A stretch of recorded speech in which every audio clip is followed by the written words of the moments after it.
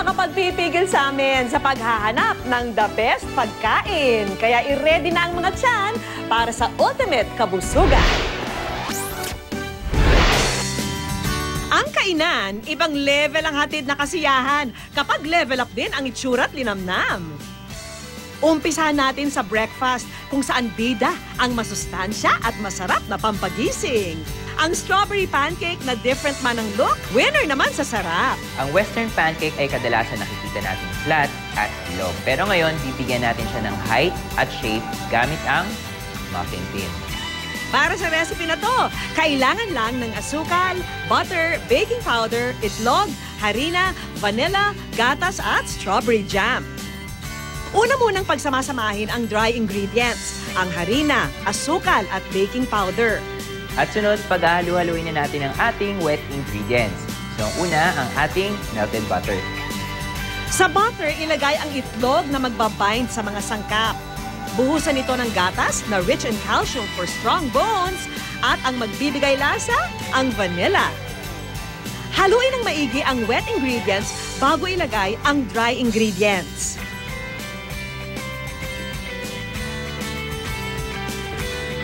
So after natin mahalong mabuti ang mga ingredients ng ating pancake batter, pwede na natin ilagay sa muffin tin para ito ay i-bake na natin.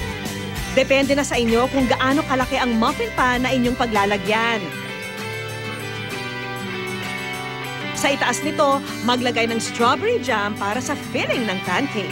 Pwede rin pumili ng ibang fruit jam na swak sa inyong panlasa.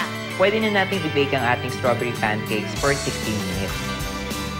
Kung walang oven, pwede pa rin itong i-bake sa toaster. At matapos ang ilang minuto, handa na ang inyong sweet and special almusal. Sa strawberry pancakes, may morning boost of energy ka na. 4 na tao ang pwede mong kasalo for this recipe na worth 120 pesos. Para naman hindi pa ulit-ulit ang inyong ulam, isang bagong paraan ng pagluluto ang aming ituturo. Ang resulta, mga freezer meal na pwedeng i-prepare ng isang bagsakan. And don't worry mga mami ha, dahil hindi mababawasan, kundi mape-preserve palalo ang sustansya ng gulay at prutas kung ito ay i-freeze. Ayon po yan sa pag-aaral ng isang plant psychologist sa Texas, USA. Yung freezer meal, so masasabi natin na isa sa mga bagong way kung paano mapapabilis yung pagluluto. Paano mapapabilis? Kasi syempre, ipe-prepare natin lahat ng ingredients ahead of time. Pagkatapos yan, i-freeze natin siya lahat. Reminder lang mga mami, sa ganitong proseso, mas ideal ang paggamit ng matitigas na gulay gaya ng carrot, beans at corn. Kung may mataas kasing water content ang gulay na ating i-freeze, may tendency itong maging soggy. Una nating gagawin itong creamy chicken curry kasama ang suki natin sa Good News Kusina na si Chef Winston Luna ng Chef Wix Catering. Para sa mga sangkap, ihanda ang bawang, sibuyas, mga seasoning na red pepper, curry powder at asin. Kailangan din ng green peas, tomato sauce, tomato paste, honey, coconut milk at syempre ang manok. So itong curry dish natin ay fresh natin siyang gagawin and then i-freeze natin siya tapos lulutuin natin siya kung kailan natin kailangan. Sa isang bowl, ilagay po ang manok. Importanteng nakaputol na ito sa tamang laki. Sunod na haluan ng manok ng bawang at sibuyas. Timpla nito ng curry depende sa gusto nyong level ng anghang. Idagdag ang red pepper o paprika, green peas, tomato sauce at tomato paste na pampalapot ng ating chicken curry. So pagkatapos nun, mimix natin siya all together. Pagsasama-samahin lang natin yung ating mga ingredients hanggang sa makita natin na yung chicken natin is fully coated na nung lahat nung nilagay natin. I-season ito ng konting asin. Dapat hindi ito sumobra dahil kapag naparami ang asin, nagiging dry ang karne. Ang honey naman ang magsisilbing pampalinamnam ng chicken curry natin. Siyempre, yung pinakahuli, yung ating gata. Muli lang itong haluin at pwede na itong isalin sa plastic. Itong zipper bag natin, siguraduhin lang natin na intended siya para sa freezer. Kasi kung hindi, madaling mabubutas yung ating container. Hindi naman kailangang punuin ang zipper bag dahil pwede naman itong tiklupin.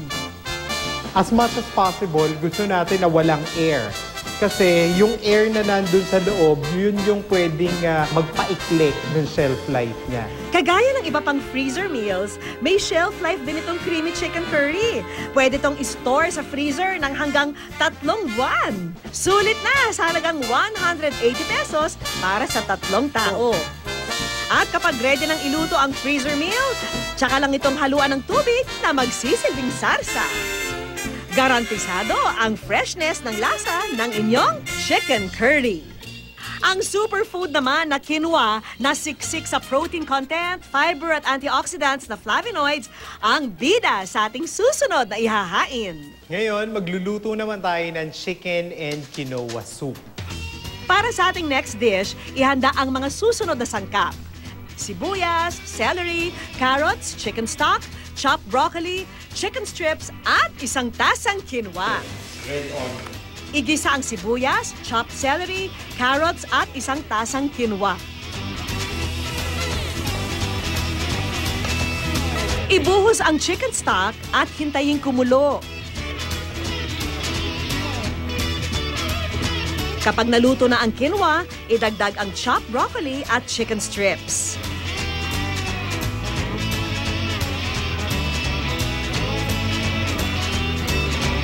Ilipat sa isang bowl at pwede na itong i-enjoy. Sa halagang 275 pesos, mapaghahatian na ito ng 5 tao.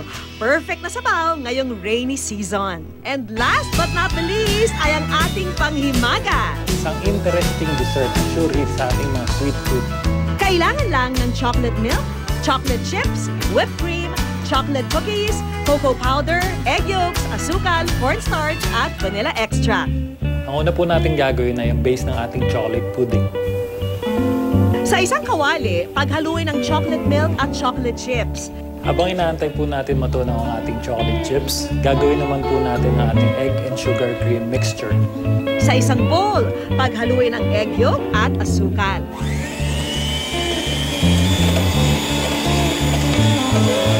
Kapag nagbago na ang kulay ng egg yolk, ilagay ang cornstarch, cocoa powder at vanilla extract at saka haluin. Ilagay na rin ang chocolate mixture sa bowl. Haluin lang ng konti, saka ibalik uli ang mixture sa saucepan para naman maluto ang cornstarch. Pag malapot na, ilipat ang mixture sa tray, saka iset aside. Habang inaantay nating mag-cool down ang chocolate pudding, gawin ang whipped cream. I-mix ang whipped cream at asukal gamit ang hand mixer. Dapat continuous lang ang pag-mix. Malalaman po natin na ready na ang ating whipped cream pag kumakapit na siya sa ating mixer. Ayan, at gawa na ang ating chocolate pudding base at whipped cream.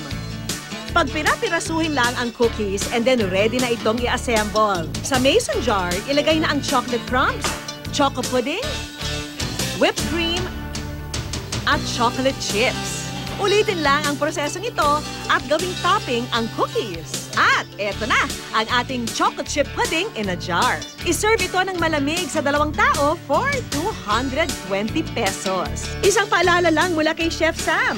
Usually, ang mga savory meals natin na ilalagay sa na-sterilized na bottles, dapat yan i-consume natin kagad within the day or at least 3 to 4 hours. Tapos yung sa mga desserts naman, it will last at least 2 days. Chilled siya sa refrigerator. Mula almusal hanggang hapunan, mas masarap ang kainan pag sinangkapan ng creativity. Siguradong mawiwili ang buong pamilya sa pagtitikim ng mga putahing kakaiba.